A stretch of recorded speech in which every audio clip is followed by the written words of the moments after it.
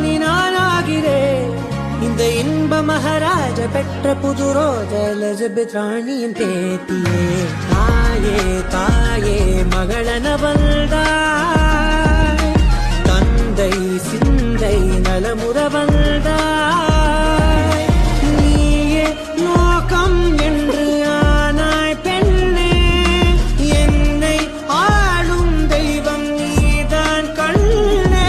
நான் காத்து நின்றேன் காலங்கள் தோறும் என் ஏக்கம் தீருமா.